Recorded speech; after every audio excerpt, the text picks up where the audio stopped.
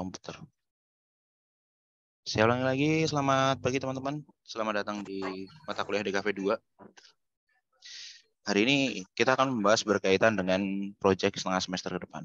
Jadi masing-masing dari kalian sudah memiliki UMKM yang mana UMKM tersebut merupakan UMKM yang sudah kalian training atau sudah kalian selesaikan pada wilayah logo.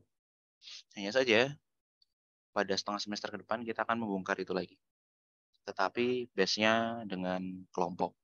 Jadi masing-masing dari kalian pada pertemuan hari ini adalah membuat kelompok dan menentukan UMKM mana yang akan dihajar atau akan diselesaikan sampai nanti di UAS. UMKM ini meskipun sudah kalian buat logonya, akan dirombak lagi, akan dibuat dari awal lagi, karena itu merupakan bagian dari pembelajaran dengan tim. Yang tadinya kalian individu, maka berikutnya setelah ini adalah dengan kelompok. Pada pertemuan-pertemuan berikutnya, basicnya seperti yang sudah saya katakan, kita akan secara tim. Jadi apabila itu sudah diselesaikan sampai logo, maka dirombak lagi dari awal dari creative brief-nya, tapi akan didiskusikan basis dari tim. Dan sistem kita adalah sistem asistensi, dan setiap asistensi akan ada step by step-nya yang akan saya jelaskan nanti. Sebelum masuk situ, kita akan refresh dulu atau mengulang kembali dari tahapan membuat logo. Tahapan mendesain logo ini yang akhirnya akan digunakan nanti di UAS disebut sebagai grafik standar manual.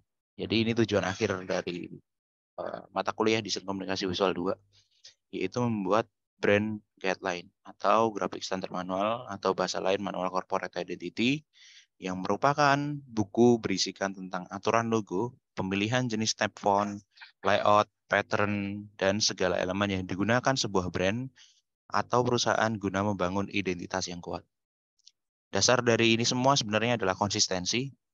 Jadi apabila kalian memahami bahwa logo itu hanya sekedar bentuk logo, pada DKV 2 ini kita akan coba untuk mengaplikasikan pada media-media yang memungkinkan untuk hadir sebagai penguatan dari identitas UMKM tersebut.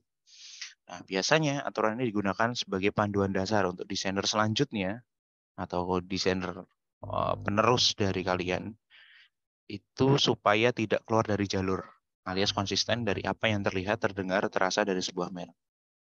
Secara singkat, panduan mendesain sebuah brand yang biasa berakar dari logo. Jadi ini sangat klasik sekali di Indonesia, sudah sejak tahun 2000-an ini sudah dijalankan, dan di luar aplikasinya sangat ya lebih berkembang lah, tidak hanya sekedar logo sebenarnya dasarnya. Ada yang berakar dari packaging, ada berakar dari identitas yang lain, dari desain web dan lain sebagainya, tapi ini yang paling dasar dari logo. Jadi ilmu ini bisa kalian kembangkan lebih jauh untuk bisa dihadirkan. Mari kita review dulu yang kemarin proses mendesain logo dan sudah kalian garap. Banyak versinya, tergantung tujuan klien. Nah, dalam proyek-proyek desain tidak semua desain itu harus membangun brand identity. Itu mirisnya. Jadi meskipun ini ilmu dasar, tapi nanti di lapangan ketika kalian punya klien itu jauh lebih kompleks. Biasanya mereka meminta untuk bukan hanya sekedar identity, tapi juga visual branding sesuai dengan strategi yang akan digarap. Dan strategi itu memang butuh keilmuan lain seperti komunikasi, marketing, ekonomi, dan lain sebagainya untuk bisa menyusun sebuah strategi yang terintegrasi dengan branding. Kompleks memang, tetapi sebagai dasar dari desain komunikasi visual, logo atau membangun identitas ini menjadi penting.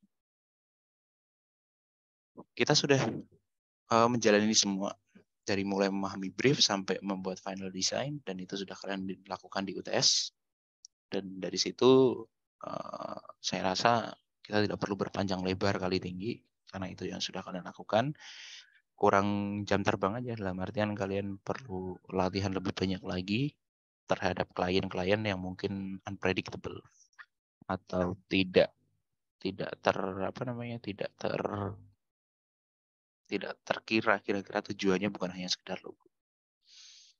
Ini yang sudah kalian lakukan juga dari memahami brief, creative brief, melakukan riset, mencari inspirasi, mood board, brainstorming, mind mapping, keyword, key visual, sketching, alternative design, final design, yang mana banyak dari kalian yang masih kurang memahami apa yang sebenarnya disebut sebagai brief atau client brief dengan creative brief. Biasanya brief, penjelasan visual yang biasanya diomongin ke klien nggak jelas gitu kan. Yang creative brief itu adalah ramuan dari brief yang menjadi poin-poin khusus agar lebih jelas dalam bentuk tulisan untuk diberikan ke tim. Creative brief ini yang juga nanti kalian akan buat lagi yang sudah ada template-nya di Google Classroom. Kalian bisa sesuaikan di situ. Diskusilah dengan klien dan juga dengan tim untuk meramu creative brief yang sesuai. Ini simple creative brief-nya. Beberapa dari kalian sudah melakukannya. Dan yang paling penting sebenarnya adalah how to understanding about brand atau bagaimana memahami brand. Dalam sebuah pemahaman berkaitan dengan brand itu sangat panjang secara teoritik, tapi secara singkat sebenarnya yang ingin kita gali adalah apa masalah sebenarnya. Apakah betul UMKM jualan pisang coklat itu memang membutuhkan logo yang sesuai dengan bentuk pisang coklatnya? Siapa konsumennya? Kemudian siapa pesaingnya? Yang mana kita bisa bayangkan bahwa brand itu layaknya manusia yang punya sifat positif.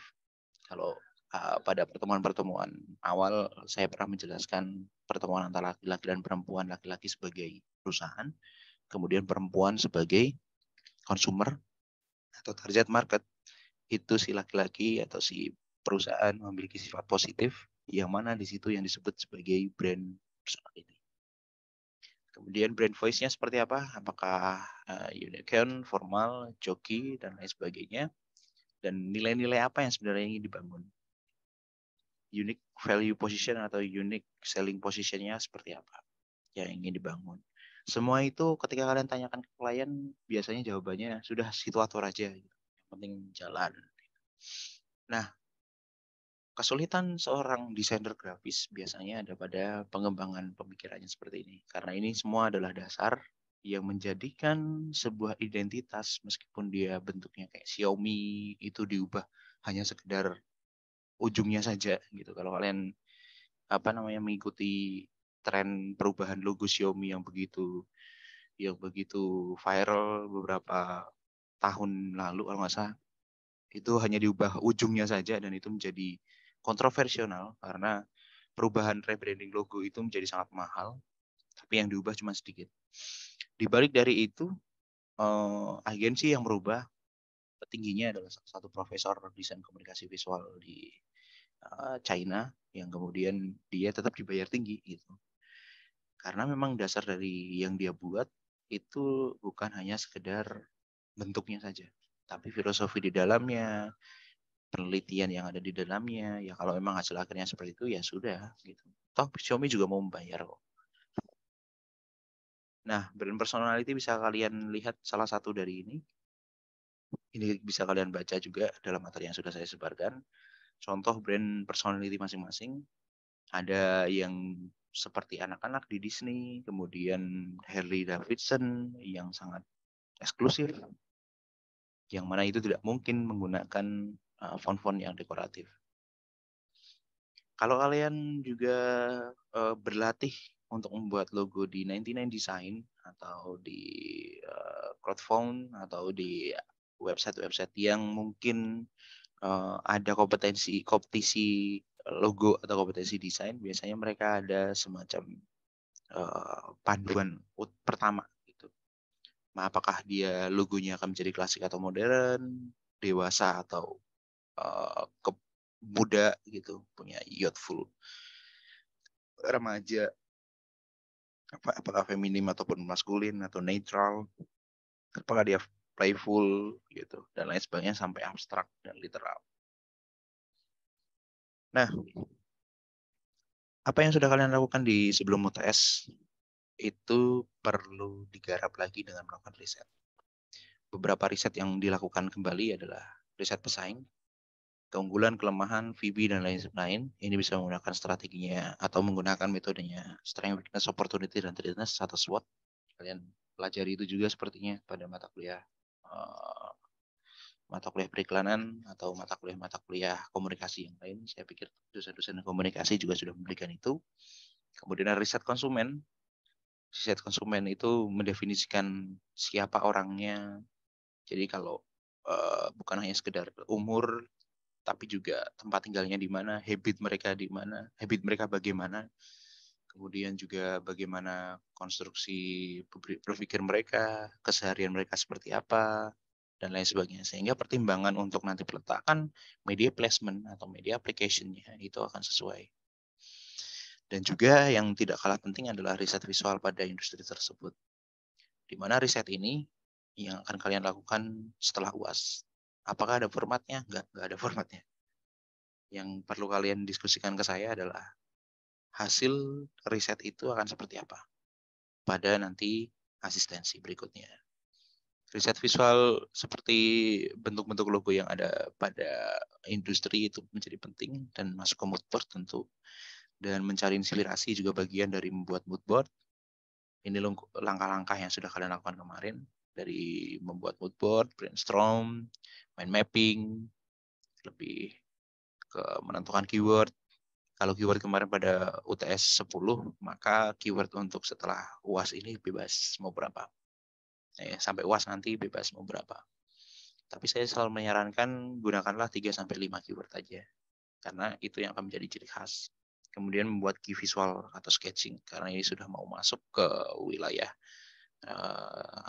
ke wilayah yang lebih kompleks dari thumbnail, raw sketch, morphological metric, dan juga membuat alternatif desain.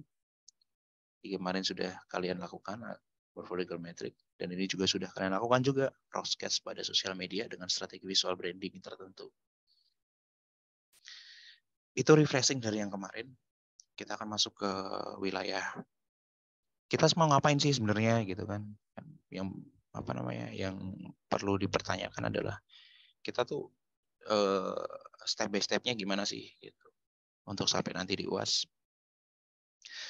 Secara sederhana step by stepnya melalui asistensi yang mana mengalami atau kalian akan melewati 3 step.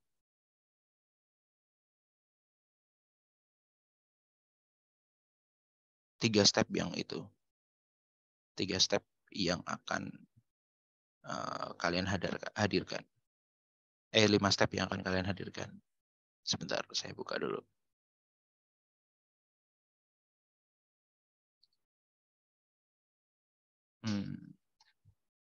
UAS DKV 3.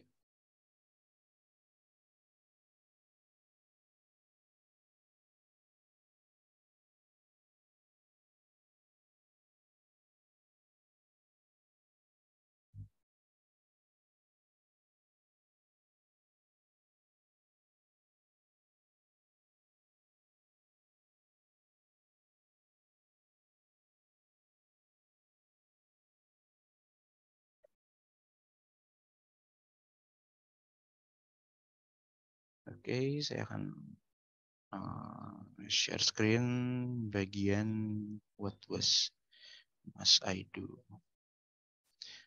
Oke, jadi masing-masing kalian akan mendapatkan atau kalian bisa mengedit dari yang sudah saya selesaikan, yang mana setiap step ini itu akan mendapatkan persetujuan dari saya pribadi. Jadi biasanya ketika kalian sudah buat kelompok, kalian buat grup di situ, kemudian ketika kalian siap untuk mendapatkan persetujuan atau bersiap untuk asistensi, biasanya saya akan diundang ke grup.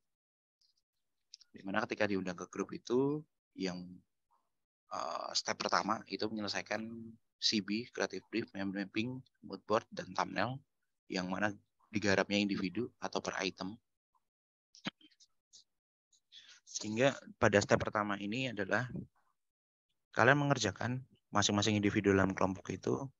Dari creative brief itu pasti sudah dalam satu tim itu sudah selesai, dalam artian itu yang disepakati gitu. Mind mapping ini biasanya masing-masing kemudian mood board, kemudian thumbnail yang basisnya semua individu. Berapa thumbnail? Kalau bisa di atas 100 sampai 200 thumbnail. Dari situlah kemudian bentuk logo belum final atau masih dalam penerawangan kira-kira elemen-elemen thumbnail apa saja yang akan digunakan. Ketika kalian sudah siap dengan masing-masing kelompok ini, masing-masing anggota dalam kelompok ini sudah siap, maka silakan undang saya ke grup tersebut. Kemudian saya akan cek one by one, apakah itu sudah siap untuk bisa didiskusikan atau belum. Ketika itu sudah siap didiskusikan, maka kita langsung masuk ke step kedua untuk mencari jadwal. Mencari jadwalnya seperti apa? Mencari jadwalnya dengan saya langsung dalam grup tersebut kapan bisa ngobrol bareng berkaitan dengan step 2. Jadi step 1 adalah pengerjaan dari creative brief sampai thumbnail. Kemudian ketika sudah dapat jadwal, kita masuk langsung ke step 2. Nah, di step 2 ini biasanya diskusi panjang, kalian presentasikan ke saya one by one, kemudian kalian diskusi dalam kelompok disebut sebagai eksplorasi konsep dari masing-masing individu. Itu ada di step 2. Ketika kalian selesai step 2, saya berikan sedikit banyak masukan dan step 2 clear atau selesai. Biasanya saya akan langsung kasih persetujuan step 1, step 2. Kemudian saya akan keluar dari grup. Kalian masuk ke step 3, ke alternatif logo dan penerapannya. Kalian buat semuanya one by one dan kemudian aplikasi draft GSM isinya mau seperti apa, layoutnya seperti apa, gitu kan. Konsep yang akan diangkat terkuat akan kayak gimana, ide yang bagusnya kayak gimana, dan lain sebagainya. Ketika kalian sudah mendapatkan logo yang fix dari diskusi tersebut, kalian masuk ke step 3, alternatif logo dan penerapannya. Jadi bentuknya masih raw, sangat berantakan, belum tertata, tetapi konsep-konsepnya sudah mulai bisa dibayangkan. Ketika saya sudah yakin dengan itu logo dan juga layoutnya, maka itu akan saya kasih ACC di step 3. Setelah itu kalian buat lagi template GSM, jadi sudah mulai ditata, diatur, dan lain sebagainya. Ketika sudah disesuaikan dengan konsep yang kalian inginkan dalam satu kelompok, kalian asistensi ke saya lagi berupa template, yaitu GSM yang hampir jadi.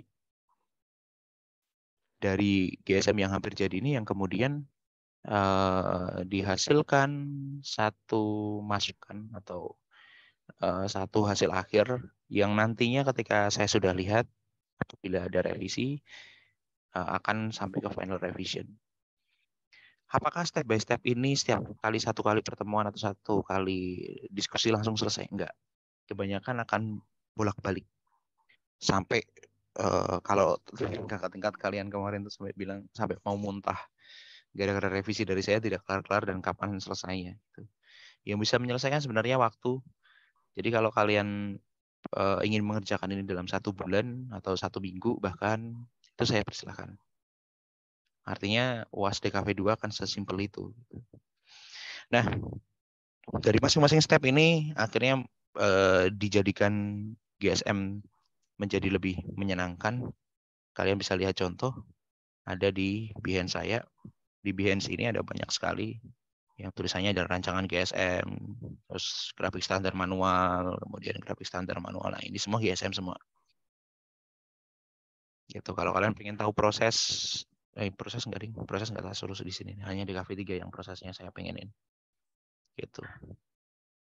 Punyanya Lauren ini cukup panjang kalau saya cerita. Dari step 1 sampai step 5 itu hampir aja putus asa karena dia memiliki logo yang bentuknya bukan hanya sekedar logo.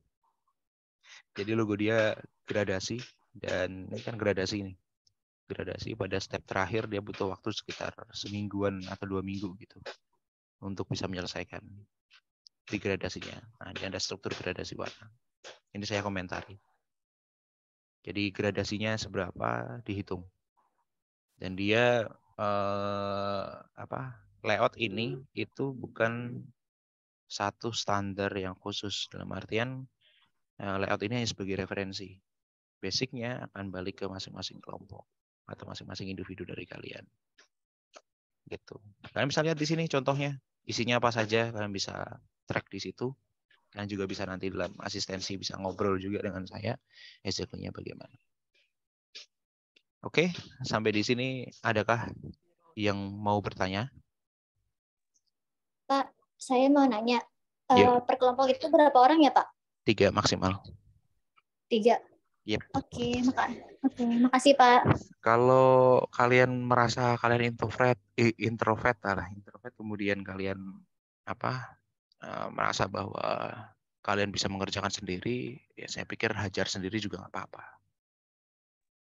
Gitu. Jadi jangan dibuat susah lah. Hidup udah susah.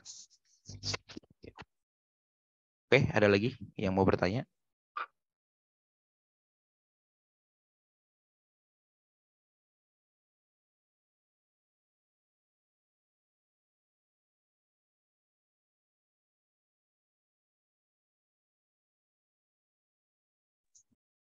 Ayo, ada lagi yang mau bertanya? Pak, saya mau nanya, Pak. Silakan, Rev.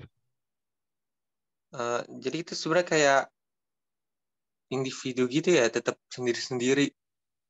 Atau gimana sih?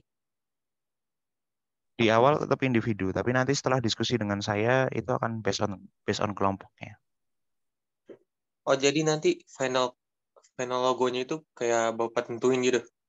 Enggak, saya nggak pernah mau menentukan final logo. Yang menentukan final logo adalah target kalian.